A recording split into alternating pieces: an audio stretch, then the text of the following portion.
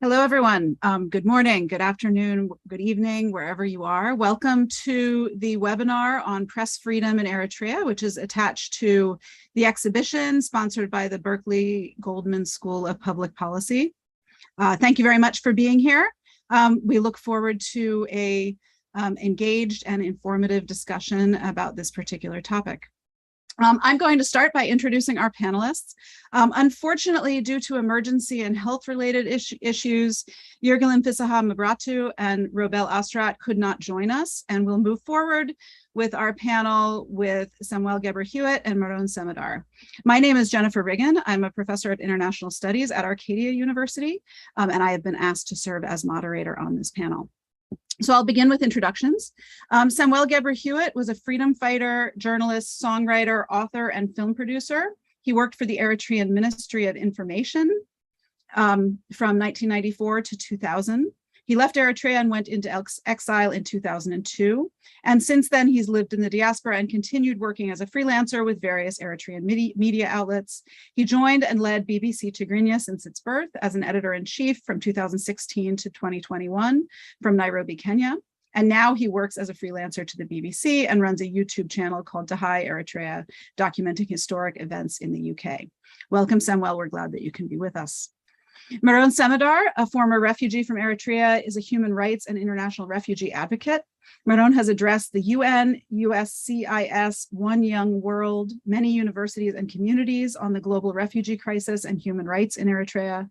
His works have been featured in Vanity Fair, Huffington Post, the G7, G20, the International Organization for Migrants, African Voice, BBC Tigrinya, Voice of America, and SBS Australia. A short version of his story has been published in a book called Refugees in America in 2019. He holds a South African degree in civil engineering, an MA International Studies from the University of San Francisco, and is currently a Master of Public Affairs student at the UC Berkeley Goldman School of Public Policy. Meron serves as an ambassador for the Global Peace Index, the Refugee Nation, and One Young World. He works as a student advisor to MasterCard Foundation Scholars Program at the Center for African Studies at UC Berkeley. I feel very honored to be in the presence of such accomplished panelists this afternoon in my time zone, and it's very happy to be with you. So welcome to the audience. I'd like to start with a question for Meron.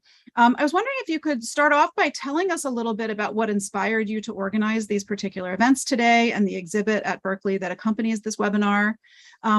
Why do you think it's important to talk about press freedom in Eritrea, and why is it important to do so now? Meron, I can't hear you. I believe you're muted. Dr. Regan, thank you so much. Can you hear me now? Yes. Well, first of all, thank you for moderating the session, for coming to moderate this session. It means a lot to us. I know you were Peace Corps in Eritrea. You served our people, and you did your part in trying to help the Eritrean development progress ahead. And I know you have helped many Eritreans as well right now in the US. So I want to extend that appreciation. Another sister from America, but with the Eritrean background too. So that's a privilege for us. To come back to your question, so it's been 21 years since those journalists are in jail, in prison. And they are in prison without any due process to law. They were taken in the early hours from their families, from their workplace. And at that time, it was a time when press freedom was really flourishing in Eritrea. And I was very young in those days. I don't know if Samuel could say the same, but we were very empowered. We were very getting informed about what was happening in Eritrea during those days. There were too many of them. Seti, Reem, Zeman, Ma'ale, the list goes on and on and on. And this was a time and a moment where we Eritreans really had a time for free press freedom. They were informing us. And this time, it happened just a week after 9/11 in 2001.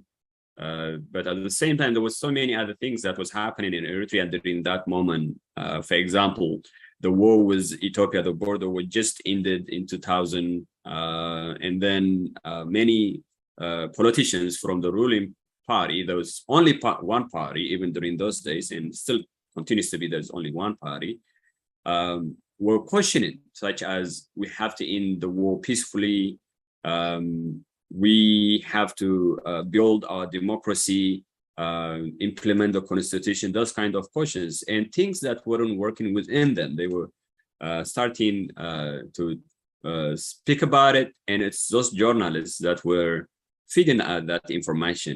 It's those journalists that were giving us light to what was going on. And so the arrest of this journalist makes the start of the era of dictatorship in Eritrea, basically 2001. And ever since, all we hear is more journalists going to jail, but nobody's coming out. We don't know what's going on. Nobody can visit them. The Red Cross cannot visit them. Their family cannot visit them. We don't know if they're still alive. We don't know if they died. And they were the beacon of hope, the beacon of information, the beacon of democracy for Eritrea, because democracy doesn't just come because you implemented a constitution, but when you have journalists informing the people.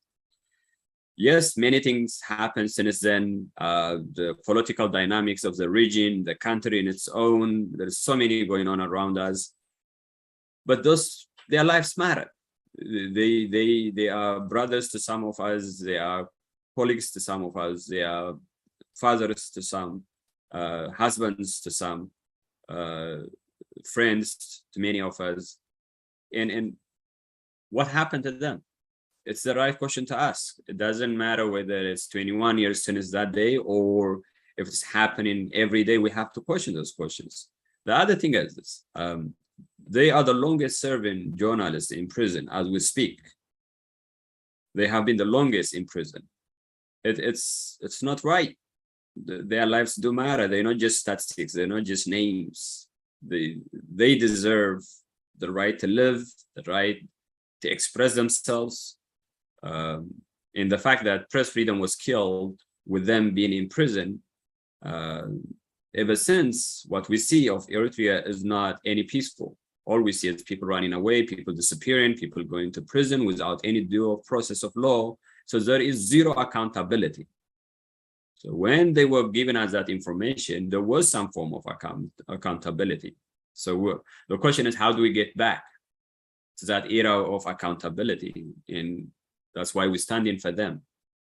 We also try to connect this event with UC Berkeley's free speech movement of 1964, an era where many students stood up for their freedom of speech.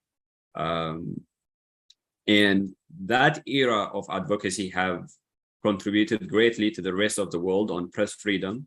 So this comes in line with what's happening in Eritrea for the last 21 years. Yeah, there is so many reasons, but the most important one being their lives matter. If they've committed crime, they should come in front of due of law, and we should hear what their crimes are, and we should go forward with that. But they're just taken to jail without any process of law. So that's what we stand in, to commemorate their arrest, their contribution to building a democratic and prosperous Eritrea. And deep down, just in the basics of humanity, they are human beings. Their lives matter. That's what we're trying to say.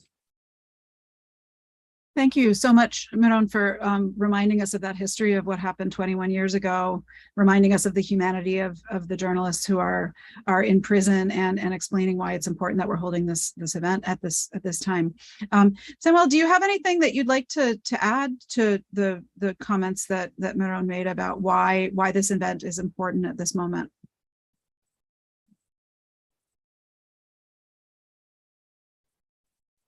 Yeah.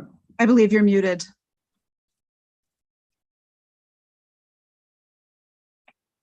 Samuel, can you unmute? to you. Yeah, all right.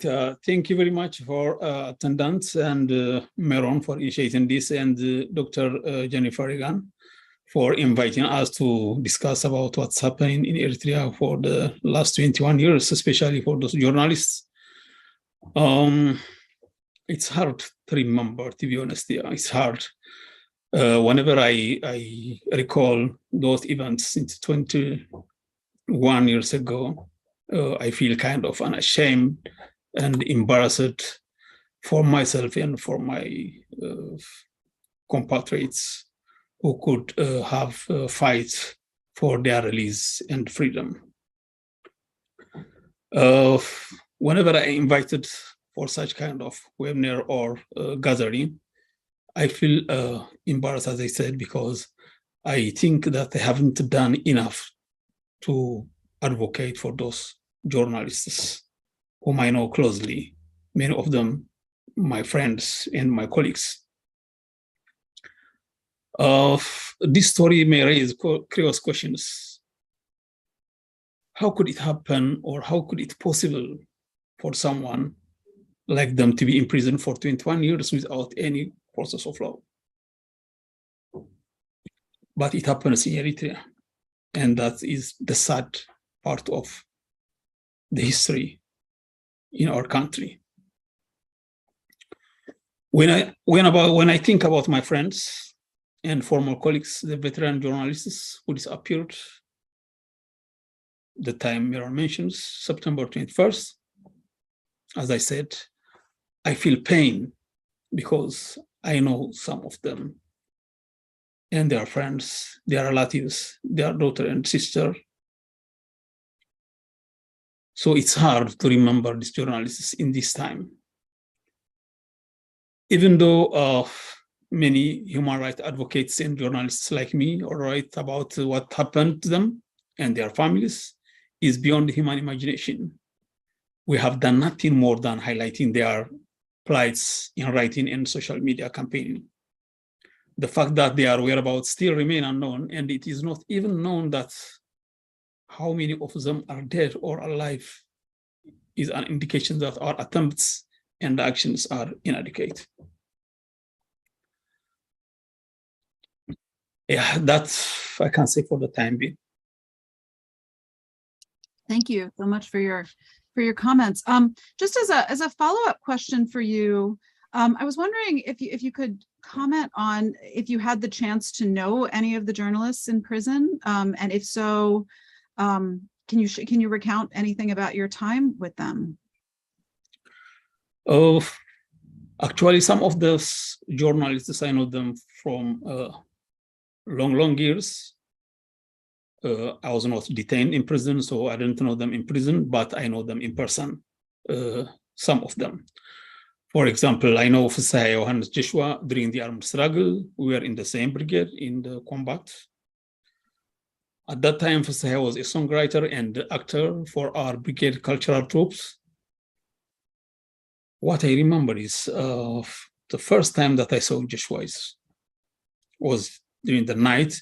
We came from our trenches to watch the cultural troops, music and drama show designed to lift the fighting spirit and morale of the freedom fighters.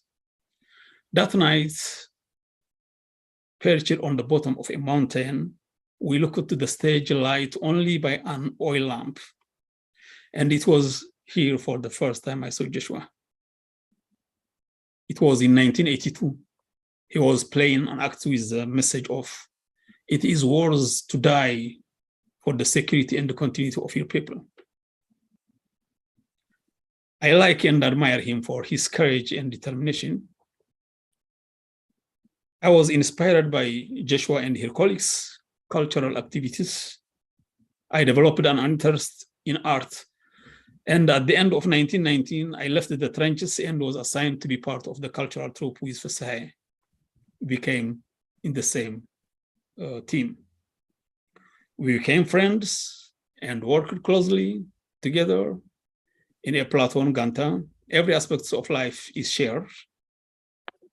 Day and night we are together, eat, drink, sleep, wake up, work or rest, travel, everything we endure the same. Sometimes we are good about matters relating to work, learned from each other, employed methods of criticism and self-criticism introduced by the revolution, and moved on. Sometimes we fight and sometimes became friends, as any human being. During the War of Independence, we organized shows in different parts of the country for the army and the people to lift their morale and raise their hopes and aspiration. Joshua and I were separated during the 1992 reshuffling after the independence. However, we met regularly and discussed work-related and social issues until he was arrested in September 2001. It is 21 years now since he disappeared. He is believed to be in a good forsaken hell in Eritrea prison. Every time I remember him, I am taken back to the love we shared, the conversation we had, and the comrades and friendship we shared. I also met the famous war photographer, the legendary Tsahai, in the trenches of the Dundon Mountains in 1986. I was young that time, maybe I was 18 years old. When he accompanied a British photojournalist called Jonathan, I don't recall his name, but I am looking for him till now, this British journalist, because he took us a lot of photos for myself and for my team. There were in Dundon. And Dundon, for our audiences, may know some of them and they may not others. It is a strategic mountain near the historic town of Nakfa, which was liberated in 1977 once and for all. Dundon had seen some of the bloodiest battles during the years of attrition. Then I was a radio signal operator for the company stationed on the mountain. These British journalists came to document the daily life of the smallest unit squad, and Sium was helping him as an interpreter and guide through the dangerous trenches. Fast forward, we both survived the war, and after independence, by chance, we met at his family house in 1991. I met his fighter sister Mulu in Assad. Then we came back to Asmara. She invited me to her parents' house, and we were having coffee with her mother and father. Then Sium joined us, but we didn't remember each other. When we met another time, I asked him if he had come to Dundon with a photojournalist in 1986, and he immediately remembered me. After that, we met regularly. We worked together. In 1996, I wrote a drama titled Confession, and Sium adapted it into a film.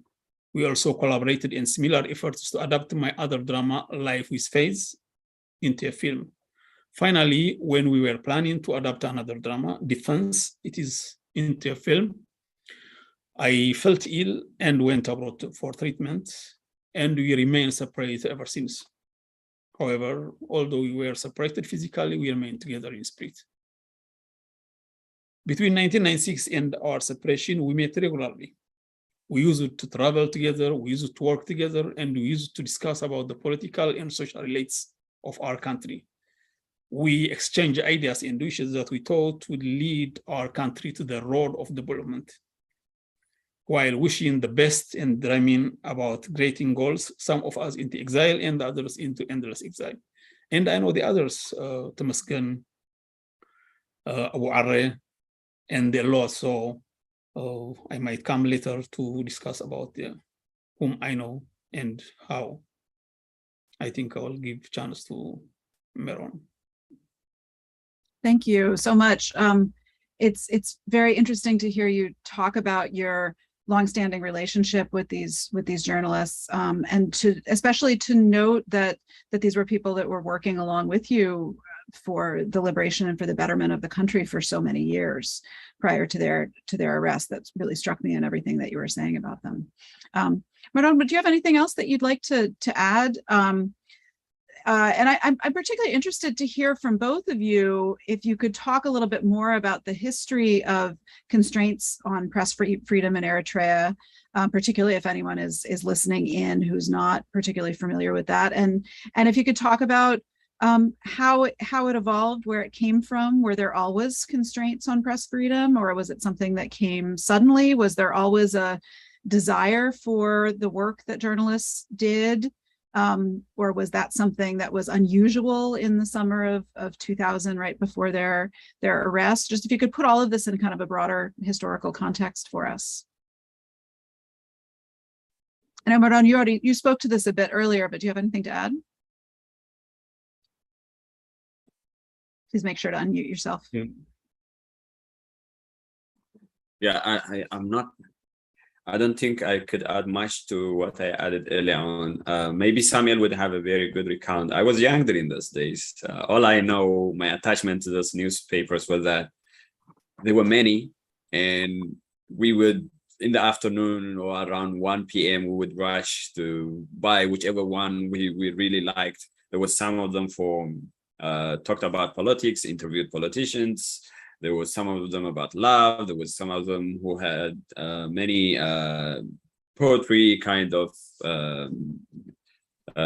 materials. So people were hungry to go and buy the newspaper because some of them had this extension for the story that they are waiting for. So, but from a point of how did this come about to be, and what was the progress to September 2001, maybe Samuel could say more about that.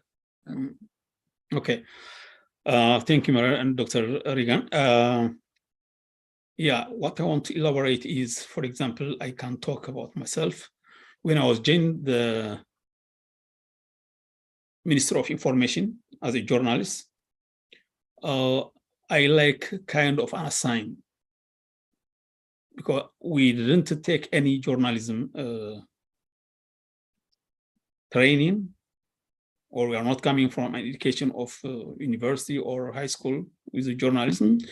Just we came by passion and inspiration to be a journalist, and we joined the Ministry of Information just to serve our people with the news and information. So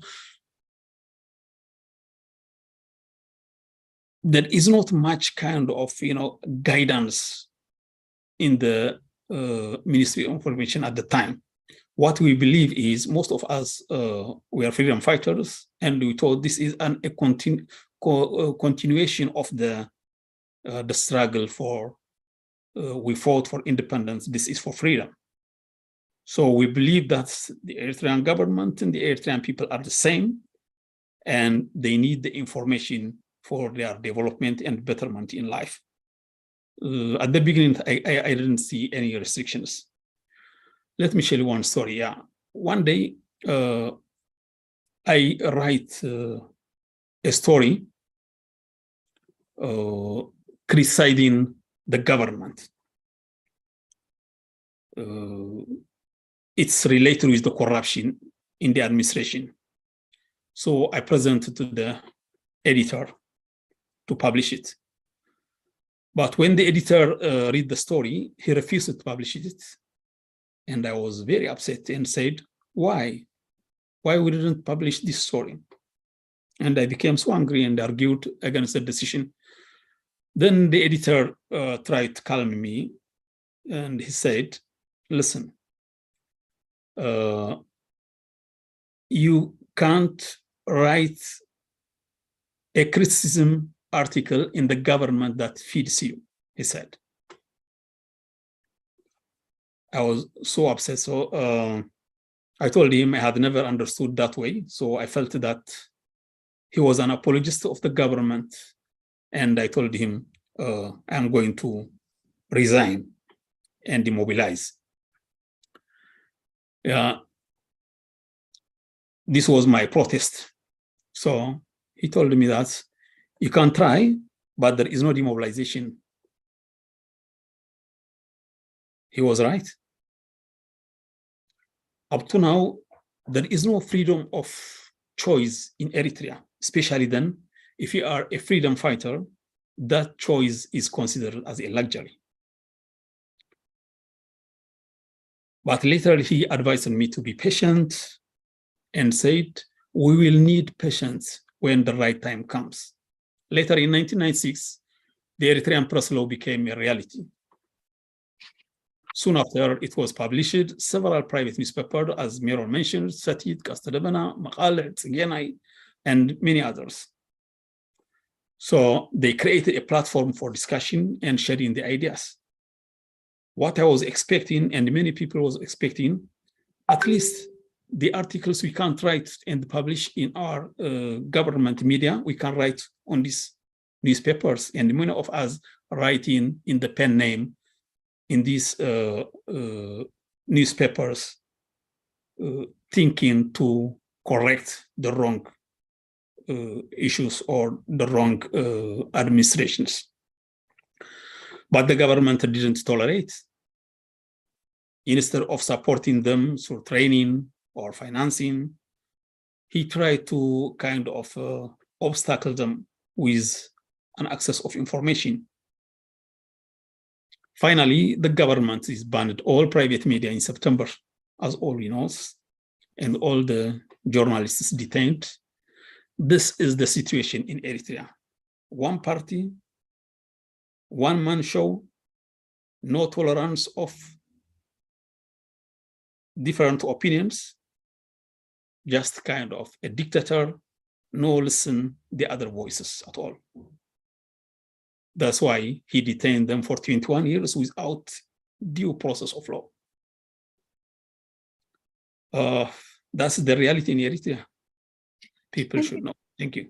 Sorry. Thank you. Thanks so much for your answer. It's so interesting. So many of us think of that moment in 2001 when the private presses were closed and journalists were arrested, what we've been talking about, as this sort of watershed moment that changed everything. But what you're describing is actually a much longer history of a strong desire among journalists to fight for freedom of the press, freedom of information, ability to get stories out to people, and people's desire to have information, and also a long history of trying to repress that goes way further back than 2001.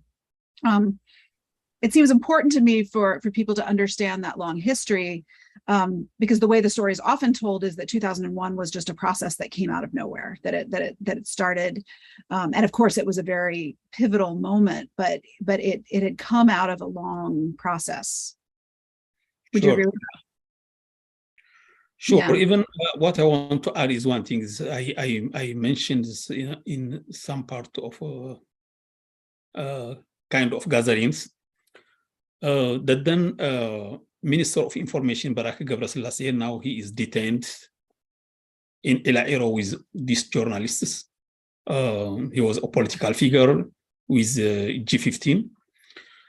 He tried to help those private journalists and the private media. He thought this is the reflection of our country and of our people, and we are going to help them. There are individuals, even in the ministry of in different ministries and in the governments, they are thinking and advocating for the free press in the government. That's why many of them detained along these journalists for 21 years without any information in this hell Elairo. Mm-hmm. Yeah, thank you for that. A follow-up question for you, and you've talked about this a bit also, but you worked for the Ministry of Information in Eritrea and worked in journalism in one capacity or another. You've also worked as a journalist outside of Eritrea for various news outlets, including the BBC and many others that I mentioned when I introduced you. I was wondering if you could compare and contrast the experience of being a journalist in Eritrea with the experience of being a journalist elsewhere. It's clearly a very challenging job wherever you do it. When you're a journalist, you're always going to be held up for criticism. But if you could talk about what the experience of being a journalist in these different settings is, I think that would be interesting. Okay, yeah, thank you. As I mentioned earlier, I was working as a journalist in Eritrea, just without any basic training, but later on we trying to get different kind of short courses in training, and we joined also in 1996 for the certificate program in University of Asmara, but our capacity, our knowledge, and our experience was limited. And we work, as I mentioned, we work as kind of a propagandist journalist in Eritrea. We believe that we are serving the country, we are not forcing to say this or not. But when we try to correct the wrongdoings in the Eritrean media, we are not allowed. Later on, I left the country and I went to exile, and I work with the different media outlets for Arena, Medrek. This is kind of an opposition media, and this is the other extreme, and also criticizing the government. So there is no kind of a balancing story. We are not pure journalists in both sides, whether in Eritrean government and whether in exile. In exile, we are campaigning against the government who is doing wrongdoing, the abuse of human rights abuses in the country. But when I came in the BBC is a different media outlet, it's international media outlet, and I was learned to be an impartial journalist. I was guided by the law of the BBC, and I was learning a lot, and I'm glad joining for this 4 or 5 years working with the BBC and still working as a freelancer. But when I work as a chief editor of BBC Tigrinya, I learned a lot, and I know what could be the journalists, pure journalists in the international media. So that's the different. Journalists should be impartial and balanced, credible, gather information from the credible sources and present to the audience. Otherwise, it's not allowed to be a propagandist. So always keep balancing this kind of experience. It's not easy at all. And I'm glad to have that experience in my life, yeah. So that's really, I think that's a really important point, that getting to that point of impartiality is very important. It can be very challenging sometimes, of course, because information is often subjective, and journalism is also a short form compared to sort of the kind of academic writing that some of us do, where you have a lot of time to make your argument. In journalism, you sort of have to make your point very quickly and based on the facts that you have. But impartiality is, so it takes a lot of training, and it takes a lot of work. That's very interesting for you to talk about those different perspectives of being a journalist for the government, being a journalist for the opposition, and then being a journalist in this more impartial kind of outlet. It's very interesting. Let me ask another follow-up question, and this is sort of a kind of a question that might be a critique that might be running through a lot of people's minds, and I'd love for both of you to comment on this. Many people might argue that in a place like the United States, for example, where we have a lot of press freedom and we have a lot of access to information from a lot of different sources, people might argue that that creates other problems, that it's become too hard for everyone to discern between information and propaganda, that there's accusations that the news is biased, the news is slanted, the news is fake news, that come from all different sides. Do you think that there can be too much press freedom? Can press freedom cause problems? And how is the situation in a place like Eritrea different than maybe the situation in a country like the United States with regard to press freedom? Maron, do you want to give your thoughts on that and give Samuel a little bit of chance to rest? Yeah. Well, here's the thing. Let's go back a little to Eritrea. It's we used to, and I've heard this joke among the Asmara University students who, like when Asmara University was around, they could get a lot of things done because it's a small country, very small number of population, and people somehow knew each other. So why am I saying this? In a place like Eritrea, if something is done and there is room for it to get in front of the news, it's easy to clarify whether this is true or false. In a place like the United States, it's a massive country, big number of population, but it goes down to the bottom of it by accountability. There should be a means of accountability, and there should be retribution for wrong information as well. I advocate for that. Yes, the question of whether propaganda and having honest news. The two major outlines in medias in the US between CNN and what is the other one? I'll remember it. Fox News is that sometimes it depends who you're listening to, which audience you are from, and it can always get twisted and things like that. But people should be given the right to choose which information they should be listened to. Yes, there should be a credible investigative unit. There is investigative journalism that's growing, not only in the US, but also in Africa as well. I used to live in South Africa, and one of their major journalists was at the investigative unit, boiling down things to the bottom of it. And things like that should grow in African setting as well. In short, there is a way to make sure that the right information passes to the people. And to a certain degree, it is the role of the government to hold people who pass in misinformation accountable. And I advocate for that personally as mayor. Right now, how news is passed in Eritrea is somebody says something and it just blows like a wind. Maybe the other person adds something to it, and it just keeps going like that. There is no any form of institution in Eritrea, even to hold journalism accountable. There isn't any form. So having too many media is better than not having any media at all, which is the case right now in Eritrea, because whatever happens, people don't know what's happening. Even if there was a bus that was flipped on the side of a road somewhere in the country, most people don't know what happened in the country.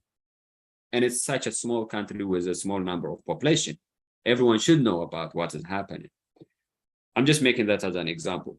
There is so many wrongdoings in this government. People have been tortured, people have been imprisoned without any due of law, and there is no accountability to it. And it's journalists like those who are in jail that could have given us light to what's going on. So I would strongly advocate for as much as possible journalism and openness of journalism. When you open multi-journalism media in a country, one is also going to criticize the other. If one is given the wrong information, the other one is going to try to give us the right information. So people have the choice to make based on the information that they're receiving. So it doesn't hurt. It in fact builds democratic institution. In this country, we have journalists questioning presidents to the degree until they get the answer that they are looking for. And immigrant journalists as well in some cases, not American-born journalists. So to me, journalists are the beacon of hope, the beacon of information, the beacon of democracy. And I think it's to a certain degree very difficult to accomplish or to live in a sense of democracy without journalists. That's how I would define it or understand it. And yeah, I think there's many important points that I think you raised, which is the role, and this has been a theme that's come up a lot in this conversation, the role of journalists as an accountability tool. And what you're describing is really a system of checks and balances, where the government needs to put some checks and balances on journalists through press laws and things like that to make sure that they're doing responsible journalism. But it's also important that those checks and balances are not so restrictive that you can't have press freedom, because journalists also play an extremely important role in providing checks and balances on the government and on accountability. The word accountability has come up several times, so I think that's a very important concept, that journalists are able to ask hard questions, they're able to share information, they play an extraordinarily important role in holding all governments accountable. So I appreciate, I'm just summarizing the different things that you've said. Yeah. And running into their arrest, that's exactly what they were doing. There were political figures in the ruling party, the only party, that started to speak up about the wrongdoing of the government, that we should prioritize one, for example, peaceful means of ending the war with Ethiopia, and two, we should work on our democracy, meaning there was a ratified constitution of 1997 that was never implemented. So they were saying the border war is now calm, let's work on it on the side, but let's build our country into a democratic Eritrea, into the things that we need to do. Yes, it was sort of a new country, but 10 years was not easy. The war was calm at that point. So they were raising the right questions at the right time to be able to move the country forward. And it's those journalists that were bringing that to light. And it's those journalists that were given accountability to what was raised, a genuine question. And the government didn't want that. The current government, or the government that we saw since 1991, didn't want that. And yes, that was the accountability part of it from their part that those journalists try to give us. And ever since, there is no accountability. All there is a one-man, one-party show. If they want to arrest you, they arrest you. If they want to get rid of you, they get rid of you. If they want to put you in jail, they put you in jail. And that they do that without any question, without any due to court of law. And people's life doesn't actually matter. They do whatever they want with your life. So that's where we are. For example, the indefinite national service is a good example. Initially, it started with 18 months of service. It has become indefinite. It has become a lifetime. So many young people's life were consumed in this indefinite national service, and nobody is holding them accountable. Thank you for that. Samuel, do you have anything to add?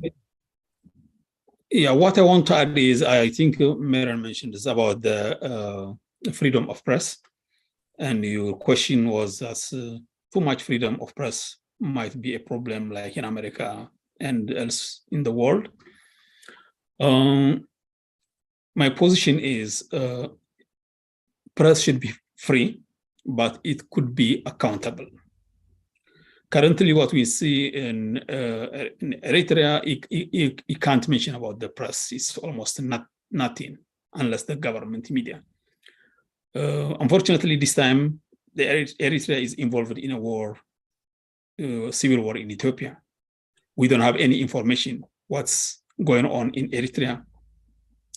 There is a lot of roundup, a lot of preparation for war and involved in a war, but the government doesn't give any information for the society. And we, the people, live in exile. We don't have any information. We listen, or we get the information from the Ethiopian media. In Ethiopia, relatively, the media is open because there is social media, a number of YouTube channels. They tell us the story, but it could be one-sided, as the war is an ethnic war in Ethiopia. But it's better that it's nothing. Sometimes those YouTube channels from the Ethiopia side, they might add fuels into what's happening in the ground. We see in the last 2 years, it's very tragic in the YouTube channels. We see people is burning live before they died. We see people was killed and thrown away with the cliffs of mountains. That's the past side, and there is a hatred speech as well in the media. But you can make completely accountable for such kind of medias to restrict them in creating hatred among the society. But media, in all, should be free and be accountable. That's my stand for the media. Thank you. That's a really useful set of examples that we don't even need to go as far as the United States to sort of look at questions of press freedom. And again, the theme of accountability is very important. Another set of issues that have continued to come up during this conversation is the relationship between press freedom and other issues. For example, due process, the fact that journalists were arrested without any formal charges, have been in prison without any term limits on that. They've never been formally charged. And this, of course, is a theme that often comes up when we talk about press freedom in Eritrea. Another issue is the general lack of civil liberties, the lack of restraints on time limits in national service, and just the general sense that people don't always have control over their lives, that there are not basic civil liberties. I was wondering if both of you could speak a little bit about the way press freedom connects with these other really important issues, particularly the lack of due process, the right to a fair trial, the right to be sentenced fairly, and just general civil liberties issues in Eritrea. What's the relationship between those two things? Yeah, to me, there is nothing relationship between this. It should be a relationship if once was accused, so it should brought to the court within 24 hours, then he would allow to have his own solicitors and get free trials. But unfortunately, in Eritrea, there is not such kind of things or opportunity. All these journalists and the G15 was detained at the same time. They were disappeared for 21 years without any due process of law. So that's the very dangerous thing in Eritrea that's happening. They will never visit their family. They will never see their families. They will never receive any medical treatments and no letter at all, no communication. They are completely disappeared, and I don't know whether they are alive or not. We heard some news from some guards who left the country. They were guarding them. There is rumors, some of them they might die, some of them might ill, but we don't have any clear information about these things. So that's why this government is a completely dictator government. It takes the rule at his own hand and he do whatever he likes. That's why the Eritrean people and the Eritrean elites who fought for this inhuman treatment of such prisoners. That would I would say, yeah. Thank you. One thing I could have added to this is, had the press freedom that sort of started in the 1996 and onwards continued, I think we would have seen accountability. I think we would have seen great progress. I think the fact that all this media was cut off on September 2001, that was a huge blow to progress, not only on press freedom in Eritrea, but also to the whole future of the country, from democracy, from progress. You know, some of those people were journalists, like real journalists that went to school for journalism and got their degree. Imagine a journalist comes out of studying journalism, and if he or she cannot practice journalism, or only they can be is a puppet of the government, and they cannot criticize anybody, which is the case right now. There's only one government media. You cannot criticize the government. You can only glorify or just say, I mean, basic things, what's happening. Then people are living in a complete blank space. They're not getting the right information, and there won't be any progress until there is such press freedom to give people accountability and the information that they need.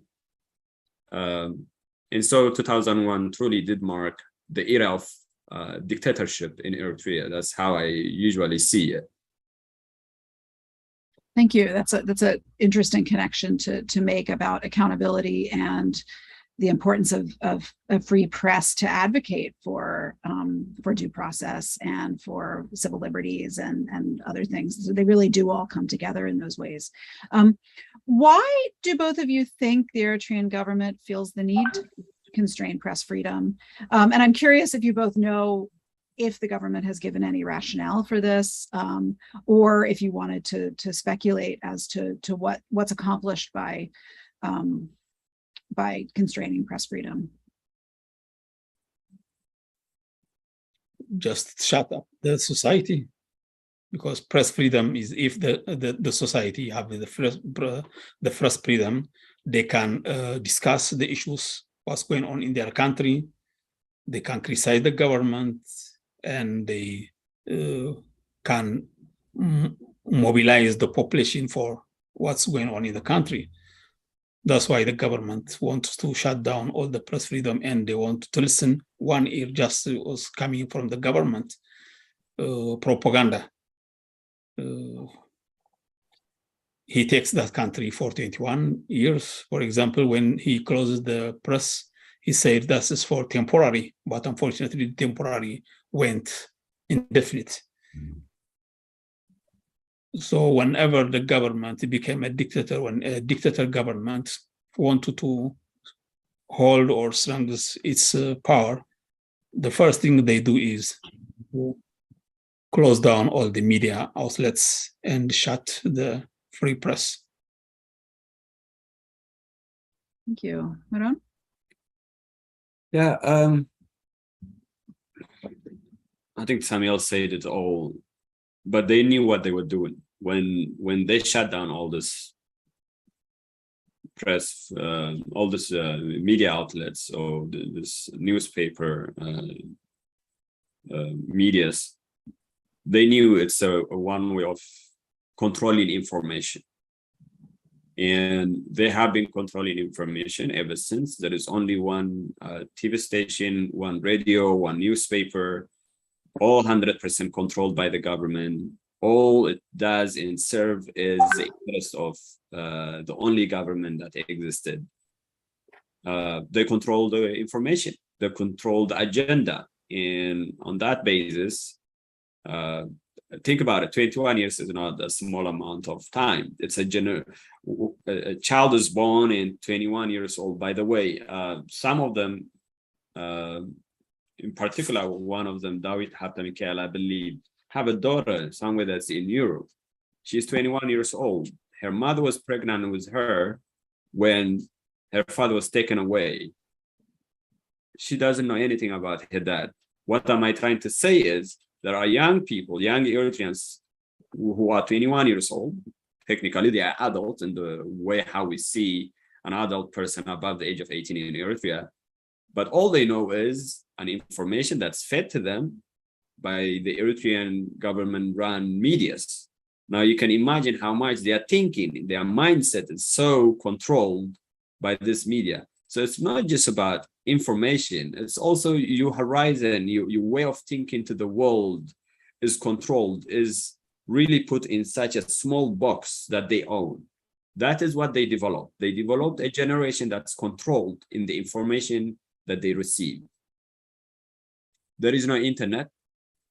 It's very difficult to get internet in Africa, in the entire Africa continent. If you're going to struggle to get internet, it's Eritrea. So even with this world of globalization in a world that seems coming very smaller because of technology, Eritrea is not a part of it. So this younger generation of less than 25 years old don't have any clue outside what is given to them by the Eritrean media outlets. So to me, it's not just about the media is being shut. It goes beyond that. You're controlling people's thinking, the right to liberty, the right to think freely, the right to dream is not there. How can you dream when all you see, all you know is given to you by one government, and all they want you to think about is there is a threat from a neighboring country that goes on for decades. And that's how they're controlling the narrative. That's how they control the agenda. That's how they control the people. And that's where we are. And it's not just about, yes, the media could have opened many doors in knowledge and information. Like Samuel mentioned, people could have gotten the right information to question what is wrong or to air their voice. But to me, it goes beyond that. Controlling the private media is controlling the people. And that's exactly what they did. And when people cannot take it anymore, they burst and their only way of freedom is to run away. And that's what they're doing. And I tell you, I recount this. When we get to Sudan, we run away over the border and we go to Sudan. Like just seeing even the different kind of drinks, Pepsi, Mirinda, and things like that. Like we felt we are just in a treat for a different world. You can imagine how much our brain was so controlled that all we know is what we know. And the moment we step out of that country, then our horizon starts to open up. Where was I? Today, Eritrea it's for the people that are not in jail, it's still open prison. It's prison. Even if you are with your family living in a city or something, you are still in prison. The entire population of Eritrea who live inside the country is in prison. That's how I define it, because there is no way for you to even imagine with your brain to use it to think what's out there or to be able to connect with the rest of the world. None. So it goes beyond. Meron, he said well and elaborated well what's happening in Eritrea regarding the information. For example, the national service, when it starts in 1994 with a goodwill, we thought it's a goodwill just for 18 months. I was one of the advocates of that national service. And the first article was written in Hadas Eritrea, was my article. It's saying kind of, it's good to serve the country for 18 months, because as I mentioned when I met and saw Fusayo and Joshua, it's good to die for your country and your people's betterment. That's the continuation of building the nation. But later on, what have done the government is when this all criticism is coming, is completely shut down all the private newspaper and controlling the use, and they with this no end of national service. They took all 11th grades into the national service in Sawa. They studied their 12th grade there. Completely they are kind of brainwash what's going on in the country. They only receives from those government cadres. They don't have any other outlets to see the outworld, as Meron mentions. For example, when he went to Sudan, we were surprised by Mirinda and other things that's in Sudan. This is a big reflection what's going on in that open prison, Eritrea.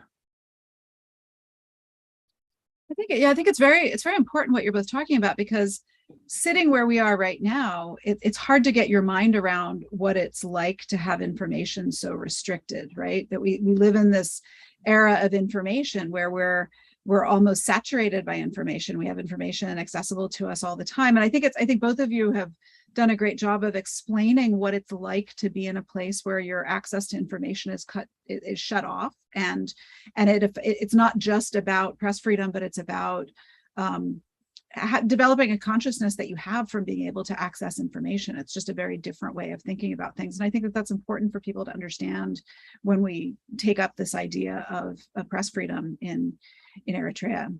I only have, I think I've mostly asked most of my questions. I have one more, but before I ask it, let me give both of you the chance to add anything else that's come up for you in this conversation that you think that's important to mention. Do either of you have anything else to add? For me, I have the list of those journalists that are in prison, and I want to say a few things about them. They're not just numbers or names. They're individuals like us. I try to picture it. Where would they be had they not been in jail today? Like I mentioned earlier on, some of them have children. Some of them were very young to even reach that age of marriage. I mean, they could have, but I guess they thought they have their life ahead of them, and their life was cut short. This is literally what has happened. Their life was taken away from them. In 21 years, maybe some of them could have been fathers, seen their children graduate from colleges. That is what is taken away from them. They're not just journalists. They husbands, they fathers, they brothers, sisters, they colleagues, friends. And we have to recognize that. And in fact, a degree, the Eritreans that are out there, the privilege we have that we still are breathing, and the fact that we could even talk about them in a way, it just, I want to humanize them. They have a soul. They have a soul that's been stolen from them. I wish we could have been joined by one of the panelists, Yergalem Fesaha. She was in jail for 6 years. They've taken 6 years of her life. For what? For being a journalist. And that is what is happening. And I know there is so many things going on within the political dynamics of Eritrea and then the region, as early on Samuel mentioned, the war that's taking place. But beyond that, those people were arrested in jail in 2001. And they were arrested for just being journalists. Like you've been an engineer or a doctor or something, they've just been arrested for being a journalist. We were trying to get a medical doctor to be in this panel. He couldn't make it because of safety issues. He was a prisoner. And he was a prisoner, the journalist doctor in prison. He was a prisoner himself, but at the same time, he was the medical doctor for the prisoners while it's still in prison. It's that degree, a prisoner being a doctor for other prisoners. So I would like to call their names, say a few things. Hamid Mohammed said his date of birth is not described. He was a very soft-spoken, technically minded, and he did not socialize so much. According to his former colleague, Hamid, they call him CNN as a nickname, was also another targeted journalist incarcerated in Communicado for undisclosed charge. He was arrested on 15 February 2002, but he has never been brought to a court of law, and the Eritrean government has denied clarifying his whereabouts until now. And then Suyum Sahaye, I think Samuel mentioned a lot about him. He is a former freedom fighter, the first director of the state-owned national TV channel, Era TV, and a freelance photographer, journalist. And I believe Suyum has some children that are in the diaspora. Am I correct, Samuel? You're right, yeah. How many children does he have? He has 2 children and they are doing well in their education. The one is doing her first degree and the other is doing her master's. They are doing well, yeah. Okay. Again, they live in the diaspora, not inside the country. You cannot do that even. You cannot choose what master's degree to study in the country. And then there was Saleh Idris Said. They used to call him Al Jazeera. He eventually disappeared in February 2002. He was working for the Arab State Radio. And Idris Abi Arre, there was this famous quote that he said, the strange thing about the matter is that every time that discontent and content resurfaces, the stubbornness of the ministry grows. So he was technically speaking up about the ministry of, probably the Ministry of Information. He is married and has 1 daughter, and he remains in prison. Madhani Haile, he was a deputy editor of Kasta Dabana.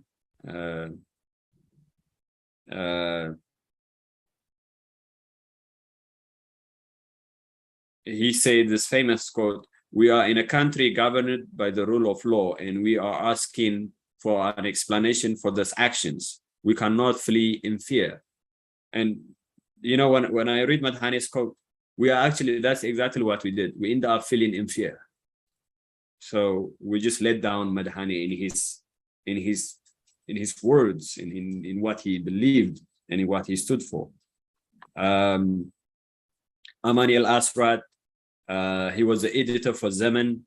He was an award-winning poet, and he said the ugliest of the thing of war, when it springs, comes when its ravaging echoes knock at your door.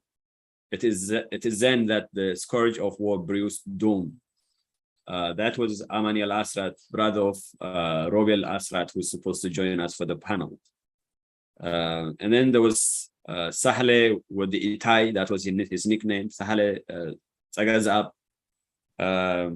He was a veteran freedom fighter. He worked in various capacities in military intelligence after joining the revolution in 1974. He had a legal expertise. He wrote critical articles were some of the most read and balanced pieces during the heightened period of political discussion. This is basically between 1998 until 2001, until the arrest of the G15. That's Sahle Tsagazab. And then Dawit Isaak, mostly people, they know him as the Swedish Eritrean journalist. He was taken into prison in September 2001. He was briefly released in 2005, but again, he was taken back. He was a poet. He used to own the city. He was one of the co-founders of Showi Children's Theater. So he was also helping children into theater. Then there was Yusuf Muhammad Ali. He was among the first editors to break the long silence and culture of secrecy by conducting an interview with the then Minister of Local Governments. As we talked earlier on, the first journalist that gave us light to what was happening within the ministry and the government. So Yusuf was among the first one to do that, Yusuf Muhammad Ali. And then there was Jimmy Kimmel, an Eritrean Jimmy Kimmel. He was born in Karora and fled to the neighboring Sudan at the early age with his family to escape the ongoing war. He completed his secondary school in Sudan, received a scholarship to continue his studies in Libya. He was active in the student movement, eventually joining the armed struggle in Eritrea in 1989. After Eritrea's independence, he continued to work for the Ministry of Information. He was detained on November 24, 2005. And then Matthias Habtab, he was a journalist and mathematician. And among his colleagues and readers, Matthias was known for his courageous stand, his refined editorial, and as a person who speaks truth to power. Matthias was a conscript in the Eritrean Defense Force at the time of his arrest. Until now, nothing has been heard of his whereabouts. He was arrested on September 23rd, 2001. And then there was Tamasgan Ghebreyesus. He was a comedian. He was a band leader. He was a sport editor and self-trained cameraman. Tamasgan, who was a father to a son, was conscripted in the army before his arrest in the morning hours of September 23rd, 2001. In addition to his duties as a journalist, Tamasgan also acted in some of the most acclaimed plays performed in the country. Like other journalists, his fate is unknown. And then there was Gabriel Kalata. He used to report for Sigenai. He was arrested in July 2000 before the political crackdown. That was Gabriel Kalata. And then there was Fisahaye Joshua Johannes. He was a poet, a playwright, journalist, co-owner of SETI. He was rounded up in the morning of 23rd September 2001 at his home. David Hapta Mikhail, I know he have a daughter somewhere in Europe.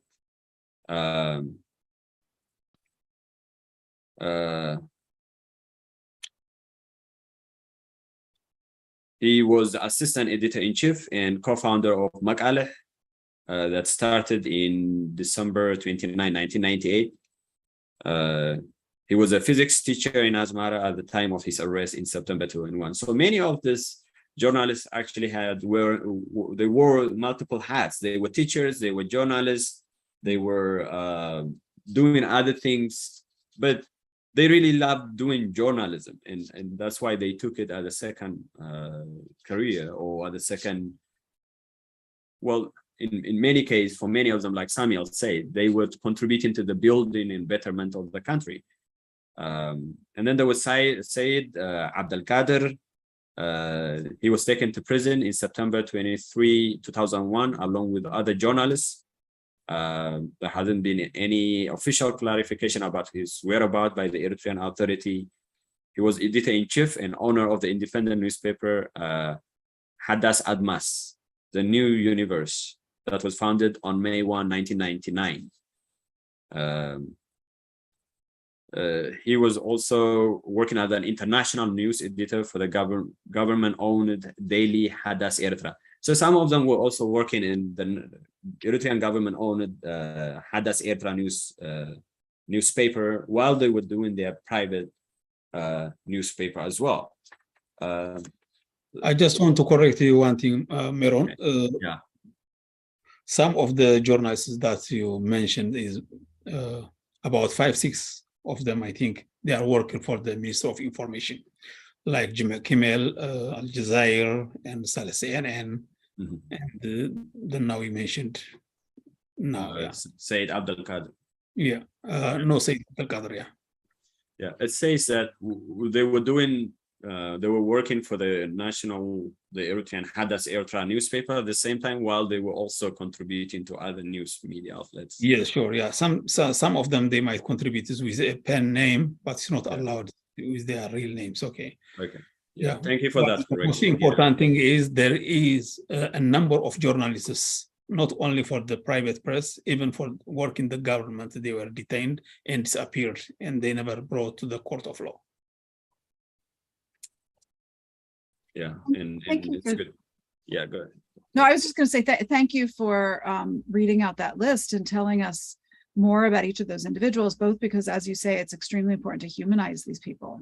We're talking about the concept of free speech, but these are also human beings who have been in prison for decades, and it's important to get the human aspect. But I'm also struck as I hear this list that one, these were people who played a lot of different roles. Some worked for the Ministry of Information, some were teachers, some were poets, some were playwrights, but they all were doing this work because they strongly believed that this was a way to make the country stronger and better. That we know democracy is challenging. It's difficult to build a country for every country, and they had a strong dedication to that. And I'm also always struck how many of them had also worked for the liberation of the country, and so this was an extension of that really important work to build the country that preceded independence, even in some cases.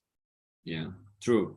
Many of them were freedom fighters, like Samuel was, and then you can see how much nationalistic they were, and how much they want the better Eritrea, how much they want to contribute to empower people, how much they want to move that progress of prosperity and development and democracy forward.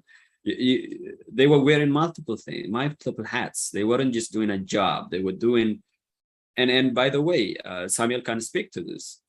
They barely make money out of this. They're just doing it out of the spirit of wanting to educate and empower people.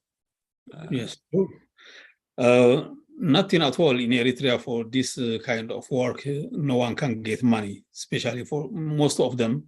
Actually, they also contribute from their own pocket to publish their work. So that was the reality in Eritrea. So they are not working for money, they're working for their inspiration to be the betterment of their people in the country. On this opportunity, I just want to mention one thing. So we, even though our topic is about the free press in Eritrea, there is people who are detained together with the journalists. They know about, they are known about G15 and the other cadres who are detained. Those people also, the high quality in the government. Actually, they are ministers, generals, and department heads, kind of things. They question the government of the way heading forward. So They think they ask the government to be implemented democratic constitutional democratic government. Then they were detained along with these journalists for almost 21 years. So it's good, and it's obliged to remember them in this opportunity. Thank you. I think if we still have time, I'll ask both of you one last question. I think this event is extremely important to be informative to people, to keep the memory of these journalists alive, to honor the sacrifice that they made. What other things can people who are listening to this and are interested do to make sure these journalists are not forgotten, to honor their sacrifice, and continue to recognize the importance of press freedom?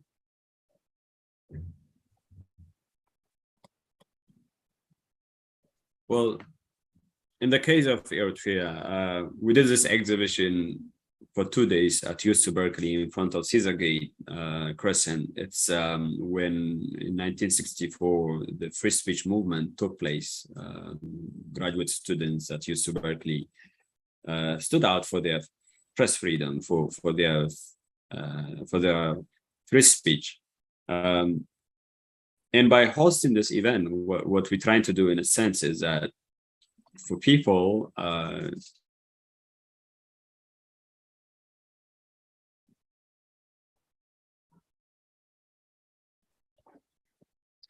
believe it's back, yeah.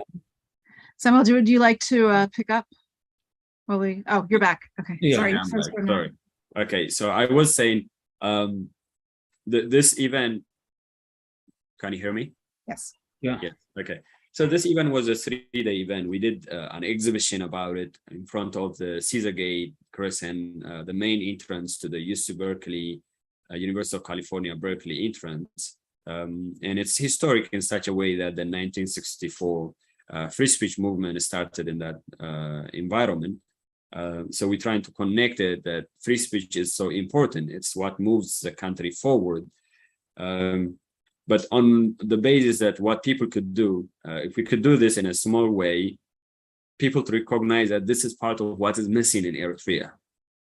This is part of what progress is taken away from us. Imagine if those newspapers existed until today. It could have unfolded many information. It could have helped in building a democratic Eritrea. It could have empowered with information and knowledge many young generation. It could have created even jobs for many upcoming journalists and others. On what people could do, there is an organization called Pen Eritrea. People can familiarize with the work that they're doing. They can also tweet about this event about press freedom in Eritrea. They can tweet about the release of those journalists who are in prison without any due of law. That is what they can call out for. And also to look into the future that someday we would have press freedom in Eritrea. That's at least my hope. Beyond that, it's a very close country. It's a very close country, and I want to encourage people to go to the root cause of why we are in this situation. Not only by the journalists being in jail, but why are we fleeing our country? One of those journalists earlier on mentioned it about this famous quote, which I felt we let him down actually in his message, and I'll try to get it in a second. Madhani, which he says, we are in a country governed by the rule of law, and we are asking for an explanation for those actions. We cannot flee in fear. Now, the part where we are governed by rule of law, I don't think so there have been any rule of law in Eritrea because that constitution was not implemented. But the part where it struck me about what he said is that we cannot flee in fear. And that is what all of us Eritreans have done. We fled in fear. And I agree with him, we cannot flee in fear. And that is one of the mistakes that most of us did. We should have fought on the ground against this government, and then we would have been in a better state, because we already, in thousands of numbers, we died in the Mediterranean, in the Sahara Desert, in the Sinai Peninsula. Had we fought on the ground, we wouldn't be in this predicament. So I would encourage everyone to ask themselves, why is Eritrea in this state? And also challenge everyone to do their part, to be advocates for democracy, because it serves all of us. I don't know, Samuel, if you can add anything. On top of that, what I wanted to add is, for example, the government of Eritrea wants us to be forgotten, these people. In Eritrea, after they are arrested, they will never brought into the television, even from the work that they have done, from the history they have done. They try to remove it. Their names, their photos, their images, everything. This kind of events is remembering for what they have done for their people and their society. It's really great, and thank Meron and you, Dr. Regan, for initiating and organizing this kind of events to remember them. It's great. Last year, we have done the same, like what we have done, Meron, this year in London, with the Focus Africa and Amnesty International, PEN Eritrea, and the other organizations. We made an exhibition, and with a short bio of each individual who was detained at Era prison. So this year also is great to arrange such kind of event by Meron and yourselves. So we Eritreans glad to have such kind of brave young generation who can take their country into the better future. So I admire Meron and all his colleagues at his age to take the responsibility of what the journalists and the politicians paid for their life, for the country. Before we close it, Dr. Regan, one thing I want to say is, one, I want to thank you for taking your time out of this Sunday, out of your family time to come and host this and moderate this event. I really thank you so much. But also, there have been some individuals and many programs at UC Berkeley and organizations who co-sponsored this event, and I would like to just call out the name of the organizations and programs at UC Berkeley. The Center for African Studies at UC Berkeley, the university itself, the University of California, Berkeley, the African American and Diaspora Studies at UC Berkeley, the School of Journalism at UC Berkeley. The Othering and Belonging is one of the biggest organizations that's housed at UC Berkeley as well. The Goldman School of Public Policy at UC Berkeley, Berkeley Law, the Human Rights Center at UC Berkeley, and also the MPAs for Justice Empowerment, PEN Eritrea themselves for providing the material and advocating for this, for the release of those journalists, Setit Media, Erisat, and Asena Media, and also Samuel for coming to be a part of this panel. I just want to thank you. Also, Yirgalem Fisaha, who couldn't be with us here today, but she was very instrumental in being very supportive. I want to thank her as well for making this event happen, and thank you all for your time as well. So thank you so much. And thank you very much for having me. It's been an honor to be here with you. Meron, thank you so much for organizing this event. And it's been a tremendously informative conversation. And thank you so much also for your participation. Thank you so much, everyone. Thank you.